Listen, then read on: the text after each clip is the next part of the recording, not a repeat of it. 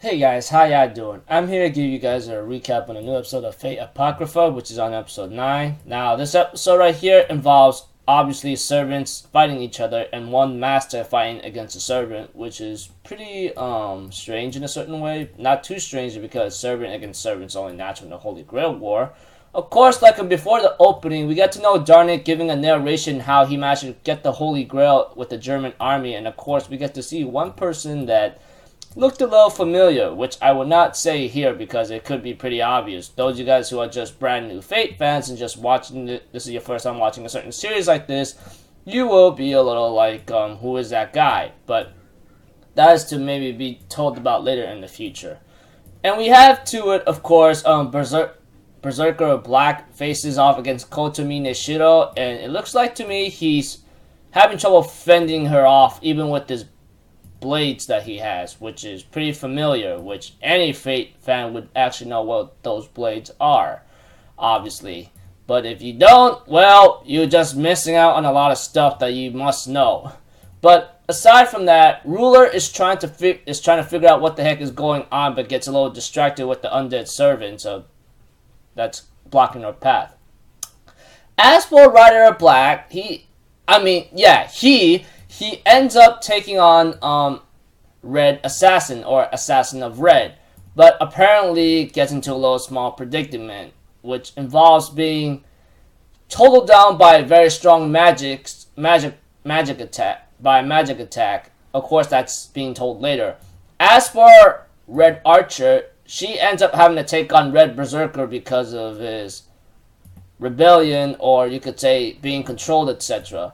And as for Lancer of Black, he ends up taking on Lancer of Red, which they seem to still be on par with each other. We have to it that Archer of Red uses a strong attack against Spartacus, which is obviously Berserker of Red, but it's no use. As for Chiron and Achilles, they end up clashing against each other and manage to each scar each other. As for Sig, he ends up trying to save the homunculus, or homunculi, if anything, from being killed in the Holy Grail War.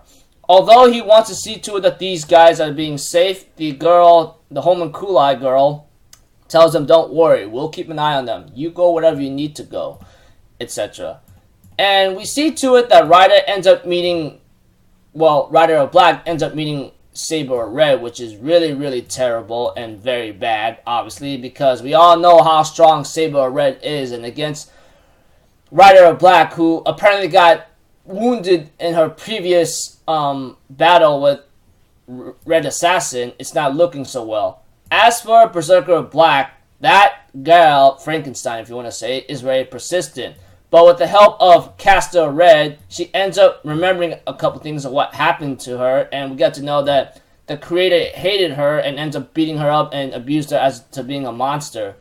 And she ends up thinking in her mind, I only want to be loved. Make me someone who will love me, etc. And this really upset her very much when she sees, her creator into an illusion, and she beats it down, and her master ends up calming her down with a command spell and tells her to keep an eye on things for the time being, and therefore gets ready to go in combat once again. As for Red Saber, or Saber of Red, asks Rider of Black what happened to Saber of Black, and we have to it that Rider of Black responds, well, he kind of died for his beliefs, or you could say it's an eternal conflict, and she ends up insulting Saber of Black by saying he's really stupid, huh? And Rider of Black gets angry and says, "Hey, you don't talk to him like that. Even though it's ridiculous, you don't have no freaking right to say that." She goes like, "Okay, whatever. Chit chat's over." And Saber of Red, or of course Mordred, of course that her name is revealed, obviously, transforms into her armor and says, "You know what? You'll just be a rust to my sword. Let's finish this once and for all." And we have to it that Assassin of Red, who is of course in command of the Babylonian Garden Castle whatsoever, launches a devastating attack against Jeanne d'Arc, but that did not stop her. So it looks like to me the ruler, on the other hand, actually has has a lot of power than I expected. I mean, like, I knew that she was strong. Everyone knows that, especially those who are involved with the Holy Grail. But I didn't expect to have this kind of power to block that kind of attack from Assassin Red. And I'm pretty sure all you guys might be thinking who just read the novel, go like, of course, why do you think everyone else would actually retreat that one time? Like, the Black faction decides not to go against Ruler when she is actually at her peak level.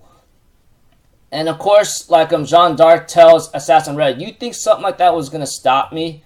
And we have to it that Kotomini Shiro tells Archer Red to bring Spartacus to, like, Ruler, as it would prove some kind of distraction. As for Darnik himself, he's about to go do his let me see here, his own business to take care of. So yeah, this was a battle action oriented episode, but after the credits, we have a post-credit scene where Raida is actually defeated and is about to be killed, and Sig ends up saying, "Stop! I'm your opponent." I'm thinking in my mind, this kid, seriously, you're gonna die. I mean, I'm gonna say this right now, he's possibly beyond stupid. He reminds me of someone who would actually do this, even if he is at a certain disadvantage. And you know what? I'm pretty sure y'all know who I could be talking about.